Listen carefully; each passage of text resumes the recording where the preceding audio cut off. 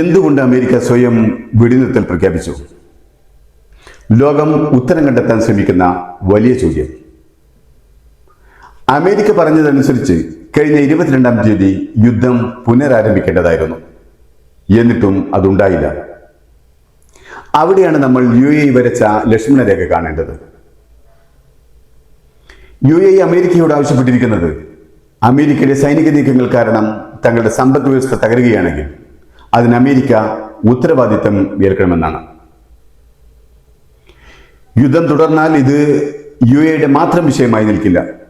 മുഴുവൻ അറബ് ലോകവും ഈ ആവശ്യം ഉന്നയിക്കും. അങ്ങനെ സംഭവിച്ചാൽ അത് അമേരിക്കയുടെ സാമ്പത്തിക തകർച്ചയിൽ മാത്രം ഒതുങ്ങാതെ അമേരിക്കയുടെ സാമ്രാജ്യത്വ ചിന്തയ്ക്ക് വരെ കനത്ത പ്രഹരമേൽപ്പിക്കുകയും ചെയ്യും.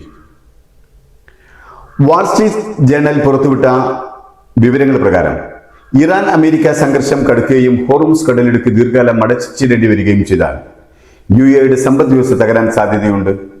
ഇത്തരം ഒരു സാഹചര്യം വന്നാൽ UAE സാമ്പത്തികമായി പിന്തുണക്കാൻ അമേരിക്ക തയ്യാറാകണമെന്നാണ് അബുദാബി ആവശ്യപ്പെട്ടിരിക്കുന്നത് എന്നാണ്. എന്തൊക്കെയാണ് UAE ആവശ്യപ്പെടുന്നതെന്ന് നമുക്ക് നോക്കാം. ഒന്ന്, അടിയന്തര ലിക്വിഡിറ്റി സപ്പോർട്ട് അഥവാ സാമ്പത്തിക പ്രതിസന്ധി വന്നാൽ പണം ലഭ്യമാക്കാനുള്ള സഹായം. 2, എണ്ണവില നിയന്ത്രണം. യുദ്ധം കാരണം എണ്ണവില കുത്തനെ കൂടിയാൽ അത് വിപണിയെ ബാധിക്കാതിരിക്കാനുള്ള സംവിധാനം അമേരിക്ക കണ്ടെത്തണം. 3, ഗാസ പുനർനിർമ്മാണം. ഗസയിലെ പുനർനിർമ്മാണത്തിനായി രൂപീകരിച്ച ബോർഡ് ഓഫ് പീസ് എന്ന സമിതിയിൽ UAE സജീവമാണ്. ഗാസയുടെ പുനർനിർമ്മാണത്തിന് ഇതിനകം തന്നെ UAE ഏകദേശം $1.2 ബില്യൺ അധിക സഹായം പ്രഖ്യാപിച്ചിട്ടുണ്ട്. ഗാസയുടെ കാര്യത്തിൽ അമേരിക്കയോടും ഇസ്രായേലിനോടും UAEക്ക് വ്യക്തമായ നിലപാടുകളുമുണ്ട്. ഗാസയുടെ ഭരണം സുതാര്യമായിരിക്കണം. അവിടെ ഒരു സ്വതന്ത്ര ഫലസ്തീൻ രാഷ്ട്രത്തിനുള്ള കൃത്യമായ വഴി ഉണ്ടായിരിക്കണം. ഇസ്രായേൽ ഫലസ്തീൻ ഭൂമി പിടിച്ചെടുക്കില്ലെന്ന് ഉറപ്പു നൽകണം. ഗസയിൽ ഒരു പുതിയ തുറമുഖം നിർമ്മിക്കുന്നതിനും ലോജിസ്റ്റിക് കാര്യങ്ങൾ നിയന്ത്രിക്കുന്നതിനും UAEയിലെ പ്രമുഖ കമ്പനിയായ DP വേൾഡിനെ ചുമതലപ്പെടുത്തുന്നതിനെ കുറിച്ച് ട്രംപ് ഭരണകൂടം ചർച്ചകൾ നടത്തുന്നുണ്ട്.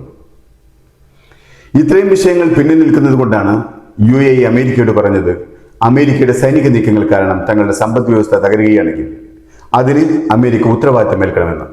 ഇതൊരു ശക്തമായ നയതന്ത്ര നിലപാട് കൂടിയാണ്. അമേരിക്കയിലെ ഏറ്റവും വലിയ വിദേശ നിക്ഷേപകരിൽ ഒന്നാണ് UAE. കഴിഞ്ഞ വർഷങ്ങളിലെ കണക്കനുസരിച്ച് ഏകദേശം $1 ട്രില്യൺ സാമ്പത്തിക ബന്ധം ഇരു രാജ്യങ്ങളും തമ്മിലുണ്ട്. 2025 മാർച്ചിൽ ട്രംപ് ഭരണകൂടവുമായി UAE നടത്തിയ ചർച്ചകൾ പ്രകാരം അടുത്ത 10 വർഷത്തിനുള്ളിൽ $1.4 ട്രില്യൺ കൂടി അമേരിക്കയിൽ നിക്ഷേപിക്കാൻ അവർ ധാരണയായിട്ടുണ്ട്.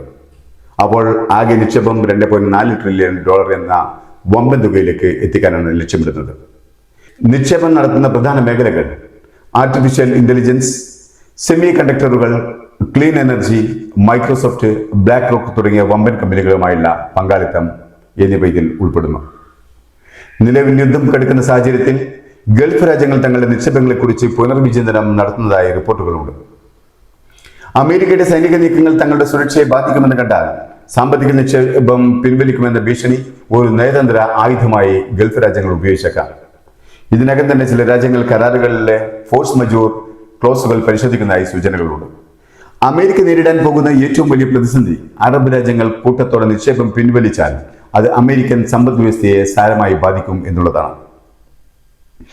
വലിയ തോതിലുള്ള പിൻവലിക്കൽ ഡോളറിന്റെ മൂല്യത്തെയും അമേരിക്കൻ സ്റ്റോക്ക് മാർക്കറ്റിനെയും തളർത്തും. AI, ഊർജ്ജ മേഖലകളിൽ നടക്കുന്ന വലിയ പ്രോജക്റ്റുകൾ ഫണ്ടില്ലാതെ തടസ്സപ്പെടും. യുദ്ധം പരാജയപ്പെടുകയോ അല്ലെങ്കിൽ അമേരിക്കൻ സമ്പദ് വ്യവസ്ഥ തകരുകയോ ചെയ്താൽ തങ്ങളുടെ നിക്ഷേപം സുരക്ഷിതമല്ലെന്ന് കണ്ടാൽ തീർച്ചയായും അറബ് രാജ്യങ്ങൾ പണം സുരക്ഷിതമായ മറ്റിടങ്ങളിലേക്ക് മാറ്റാൻ സാധ്യതയുണ്ട്. ഉദാഹരണത്തിന് ചൈനയിലേക്കോ സ്വർണത്തിലേക്കോ മാറ്റാം. ചുരുക്കത്തിൽ UAE ഇപ്പോൾ അമേരിക്കയോട് പണം ആവശ്യപ്പെടുന്നത് തങ്ങളുടെ നിക്ഷേപങ്ങൾ സംരക്ഷിക്കാനുള്ള ഒരു മുൻകരുതൽ എന്ന നിലയിലാണ്. ഈ വമ്പൻ നിക്ഷേപങ്ങൾ ഉള്ളതുകൊണ്ടാണ് അമേരിക്കയുടെ മേൽ ഇത്ര വലിയ സമ്മർദ്ദം ചെലുത്താൻ അവർക്ക് അറബ് നാടുകൾക്ക് കഴിയുന്നത്.